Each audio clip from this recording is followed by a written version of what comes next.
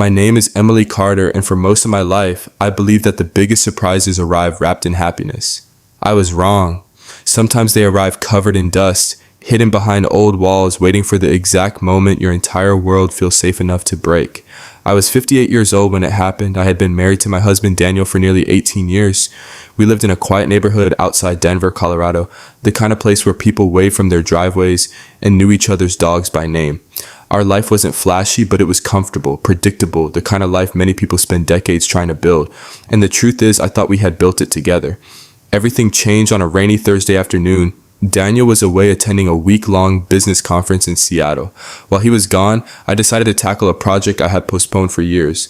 Our basement storage room had become a museum of forgotten things. Old furniture, dusty holiday decorations, broken shelves, and boxes neither of us had opened in a decade. I wanted to surprise him, nothing dramatic, just a cleaner home, a fresh start. I never imagined that cleaning that room would uncover something that would make me question every year of my marriage. The rain tapped softly against the basement windows as I worked. I sorted old boxes, dragged furniture across concrete, filled garbage bags with things nobody needed anymore. Near the back wall stood an old wooden cabinet Daniel had insisted on keeping. It was ugly, heavy, and completely out of place. Whenever I suggested getting rid of it, he always found a reason to keep it. Family memories, storage space, future projects, there was always an excuse. That afternoon, I finally decided it had to go. The cabinet was too heavy to move by myself, so I began removing shelves. One shelf slipped, then another, and when I pulled the final panel loose, something dropped from a hidden compartment inside the back wall. At first, I thought it was insulation. Then I heard the sound, paper, plastic, something carefully wrapped. I froze. The bundle sat on the concrete floor beside my feet. For a long moment, I simply stared at it. The basement suddenly felt colder. Have you ever experienced one of those moments when your instincts recognize danger before your mind understands why? That's exactly what happened.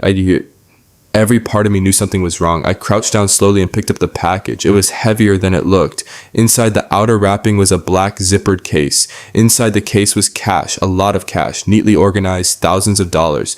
Beneath the money was a prepaid phone, and beneath the phone was a sealed envelope. What caught my attention wasn't the cash. It wasn't even the phone. It was the writing on the envelope, my name, typed in bold letters, Emily. Nothing else, just my name. My heart began beating harder. I opened the envelope. Inside was a printed document. The title at the top read Transition Plan. I remember reading that phrase over and over. Transition plan, not retirement plan, not investment plan, transition. The first page contained dates, recent dates. Alongside each date were short notes. Maintain trust, delay questions, review property transfer, encourage signature, monitor reactions. Everything felt strange, like I was reading instructions written for someone else. Then I reached the final page, and suddenly I understood. The notes weren't describing a project, they were describing me. Every conversation, every concern, every hesitation I had expressed over the previous year, everything had been documented, cataloged, managed. I sat on the basement floor staring at those pages for what felt like forever.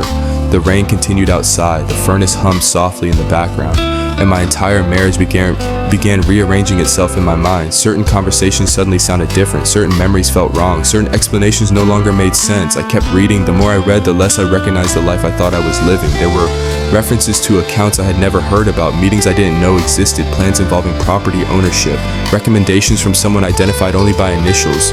Every page revealed another layer, another secret, another piece of a puzzle I never knew was being assembled behind my back. The most painful part wasn't the money, it wasn't the deception, it was the realization that someone had been studying me, tracking my reactions, predicting my behavior like I was a problem that needed solving, not a wife, not a partner, a variable, a calculation. That night I barely slept. I sat alone in the kitchen, reading the documents again and again, searching for some explanation that would make everything less terrible. None appeared. Around midnight, I finally powered on the prepaid phone. There were messages, dozens of them. Most involved financial discussions, property discussions, legal discussions, future planning, and almost every conversation included Daniel. The man I trusted more than anyone, the man I thought I knew. I wish I could tell you there was one message that shattered everything. There wasn't. The damage came from accumulation. One message, then another, each one removing a little more certainty, a little more faith, until eventually there was nothing left to defend. The next morning, I called someone I trusted, Margaret Lawson, an attorney I had known for years, calm, practical, brilliant. She listened carefully while I explained everything. When I finished, she was silent for several seconds. Then she asked a question I'll never forget. Emily, do you want the truth or do you want comfort? I answered immediately. The truth? Then don't confront him yet. Her advice surprised me. She explained that emotional reactions destroy evidence. People panic, documents disappear, stories change, records vanish. If I wanted answers, I needed patience. Patience was the last thing I felt capable of, but she was right. Over the following week, I documented everything. Messages, photos, financial records, property documents, dates, names, transfers, patterns. The deeper I looked, the more concerned Margaret became. What initially appeared suspicious started looking deliberate, carefully structured, carefully timed, and very carefully hidden. Meanwhile, Daniel returned home, acting completely normal, smiling, making jokes, asking about my week, watching television beside me, eating dinner across from me. The same man, the same face, the same voice, but now every ordinary moment carried a different meaning. Every smile felt rehearsed, every explanation felt calculated, every kindness felt uncertain. The hardest part wasn't gathering evidence, it was pretending nothing had changed. Eventually, a meeting was arranged, a professional consultation Daniel had been encouraging for months. He believed it would move his plan forward. He had no idea I already knew everything. The day arrived, the conference room was quiet, large windows overlooked the city skyline. Daniel sat beside me, confident, relaxed. Across from us sat the consultant who had helped coordinate everything. For nearly 30 minutes, they presented numbers, charts, strategies, recommendations. The entire presentation sounded polished, reasonable, professional until I opened my folder and placed the prepaid phone on the table. Silence, complete silence. Then I placed the documents beside it. Nobody spoke, nobody moved. For several seconds, the room felt frozen. Finally, I looked at Daniel, not angrily, not dramatically, just honestly. And I asked one question, when were you planning to tell me? His expression changed. Not guilt, not shock, recognition, the realization that the performance was over. The consultant quietly gathered his papers. Daniel stared at the table, and for the first time in 18 years, neither of us pretended. The conversation that followed wasn't loud. There were no dramatic speeches, no shouting, no movie scene, just truth, painful truth, the kind that arrives after years of silence. Months later, life looked very different. Some chapters ended, others began. The house felt quieter, but it also felt lighter. And sometimes I think about that hidden compartment, that dusty old cabinet, the secret tucked behind a wooden panel.